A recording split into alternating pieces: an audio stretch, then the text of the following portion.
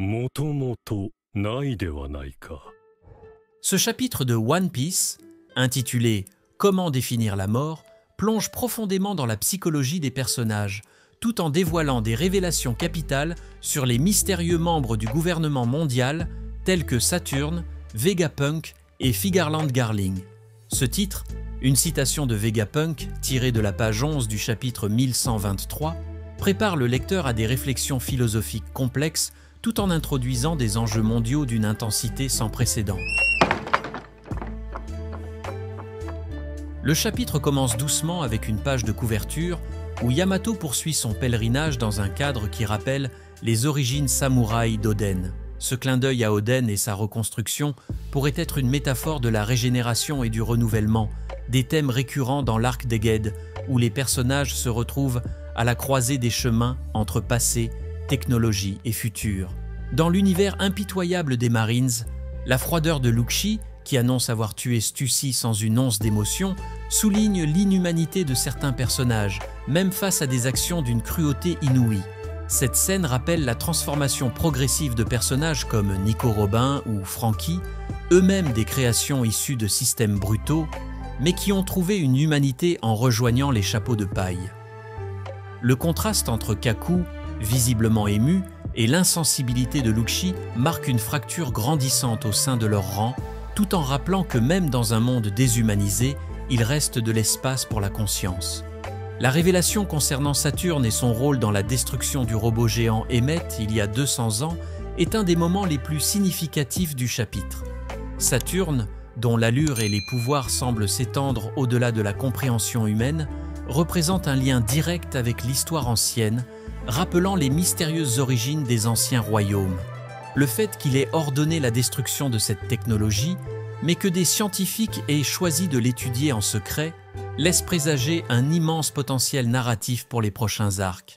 L'histoire du robot Emmet pourrait être une métaphore de la technologie opprimée, un thème qui trouve des échos dans d'autres œuvres de fiction, comme le contrôle de la technologie avancée par un petit groupe d'élite pour maintenir leur pouvoir. Dans ce cas, l'introduction de Saturne et sa connexion à Imu soulève des questions essentielles sur les véritables motivations du gouvernement mondial et leurs secrets gardés depuis des siècles. Cette technologie ancienne semble menacer directement leur emprise sur le monde. Le cœur du chapitre, cependant, tourne autour de Punk Records, une représentation symbolique du cerveau technologique de Vegapunk qui s'envole littéralement, échappant aux autorités de la marine. La technologie évolue de manière autonome, au-delà du contrôle humain, rappelant des récits classiques de science-fiction où la création humaine finit par échapper à son créateur. Ce moment cristallise la philosophie de Vegapunk, qui voit la science comme un moyen de transcender les limites humaines, mais qui doit également faire face aux conséquences imprévues de ses actions. Alors que York essaie d'arrêter l'ascension de Punk Records, ses efforts infructueux reflètent le désespoir des personnages face à des forces qui les dépassent. Ce passage est ponctué de moments de silence qui accentuent le poids de la scène. La montée de Punk Records dans le ciel est presque un appel à réfléchir sur le contrôle et la destinée, laissant au lecteur le temps de ressentir l'impuissance des personnages face à des forces bien plus grandes qu'eux. L'introduction de Garling Figarland, désigné dieu guerrier de la science et de la défense, marque une nouvelle étape dans l'escalade des conflits à venir. En prenant le contrôle direct de Vegapunk York, Garling, ancien leader de la Holy Knights, semble prêt à bouleverser les structures de pouvoir du gouvernement mondial.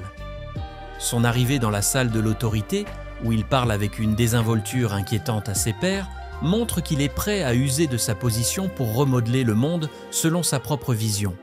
Un élément fascinant est la possibilité que Garling Figarland soit lié au personnage de Shanks. En tant que membre de la famille Figarland, il pourrait partager une relation secrète avec le célèbre pirate, et cette connexion pourrait jouer un rôle clé dans l'escalade des événements à venir. Shanks, qui semble avoir un statut spécial auprès des 5 doyens, pourrait être directement influencé par les décisions de Garling, créant une tension fascinante entre loyauté familiale et objectifs personnels.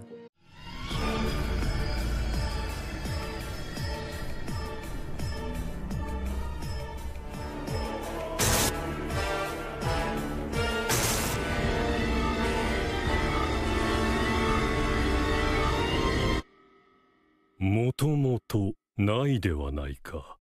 Le climax du chapitre se situe dans la scène où Saturne tombe à genoux, frappé par des flammes noires et des éclairs. Ce moment rappelle des précédents combats où des personnages apparemment invincibles révèlent une faiblesse inattendue. Le fait que Saturne vieillisse rapidement et soit réduit à un squelette après une intervention mystérieuse d'Imou soulève des questions sur la véritable nature de ces êtres divins. Saturne semble à la fois puissant et vulnérable, et son implosion physique rappelle des personnages comme Barbe Blanche, dont la chute dramatique a marqué un tournant dans l'histoire. Les vice-amiraux, qui assistent d'impuissants à la chute de Saturne, réagissent avec un mélange d'horreur et d'incompréhension. Ce passage est chargé d'émotions, les marines hésitant entre la peur de leurs supérieurs et la nécessité d'agir face à l'inattendu.